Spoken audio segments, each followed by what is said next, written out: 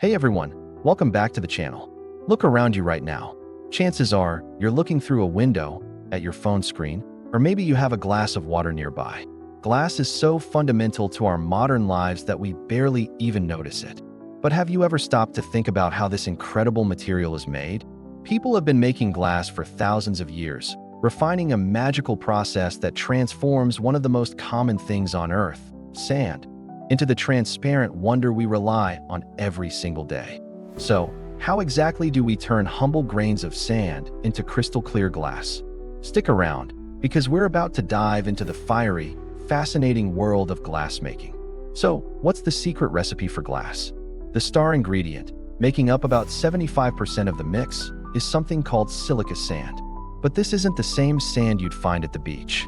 It's a special, high-purity type of sand, chemically known as silicon dioxide, or CO2. On its own, silica sand has an incredibly high melting point, over 2,000 degrees Celsius. To make the process more manageable and energy efficient, we add a couple of key ingredients. First is soda ash, or sodium carbonate. This acts as a flux, dramatically lowering the melting temperature to around 1,700 degrees Celsius. Next, we add limestone, which is calcium carbonate. This is the stabilizer. Without it, the final glass would actually dissolve in water over time.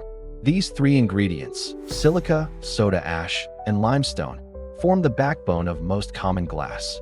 But what if you want colored glass? That's where optional ingredients come in. Small amounts of different metal oxides can create a rainbow of colors. For instance, adding a little bit of iron will give you that classic green tint you see in many bottles. A touch of cobalt creates a brilliant deep blue, while adding sulfur can result in shades from yellow to amber. It's amazing how these tiny additions can completely change the final appearance of the glass. It's a true science, almost like baking a cake, where every single ingredient has a specific purpose and must be measured perfectly. Speaking of recipes, once all the raw materials are gathered, the next step is mixing them all together. This isn't just a matter of throwing everything into a bucket and giving it a stir. The ingredients are weighed with extreme precision because the ratio has to be perfect to get the desired properties in the final product. A slight error in the measurements could lead to glass that's too brittle, cloudy, or has other defects. Once measured, the raw materials are thoroughly mixed to create a uniform batch. And here's a cool sustainability fact. This is where recycled glass comes in. Crushed, recycled glass, known as cullet, is often added to the mix. Cullet is a fantastic addition because it melts at a lower temperature than the raw materials, which means the furnace doesn't have to work as hard. This saves a significant amount of energy, reduces carbon emissions, and lessens the need for quarrying new raw materials. It's a win-win for both the manufacturer and the environment. Now, we get to the heart of the process, literally. The carefully mixed batch is fed into a massive furnace, a blazing inferno that can run 24 hours a day, 7 days a week, sometimes for years at a time. Inside this furnace, the temperature reaches a staggering 1,700 degrees Celsius, or about 3,090 degrees Fahrenheit. That's hotter than volcanic lava.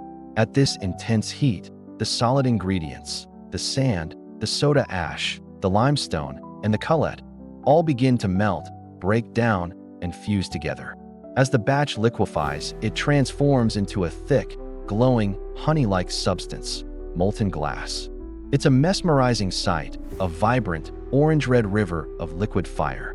The mixture is kept at this extreme temperature for some time to ensure everything is completely melted and to allow bubbles to escape, resulting in a smooth, uniform liquid ready for the next stage, shaping.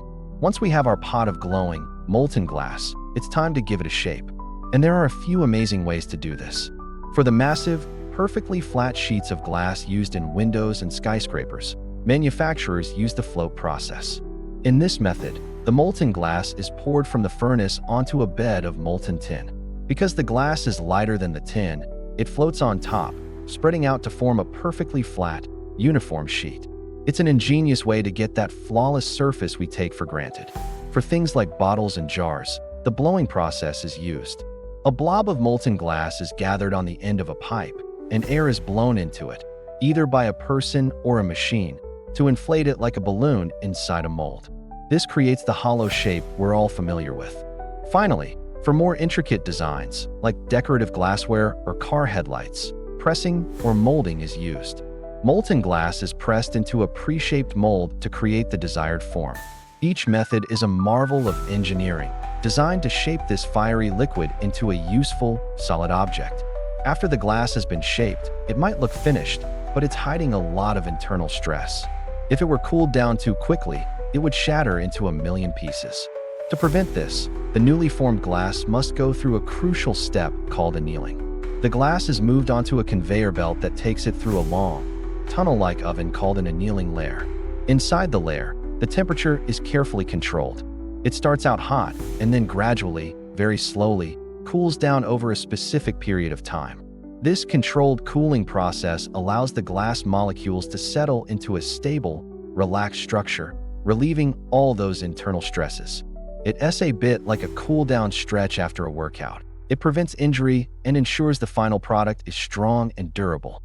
Without annealing, almost every piece of glass we use would be incredibly fragile and unsafe. Once the glass has been annealed and has cooled to room temperature, it's almost ready.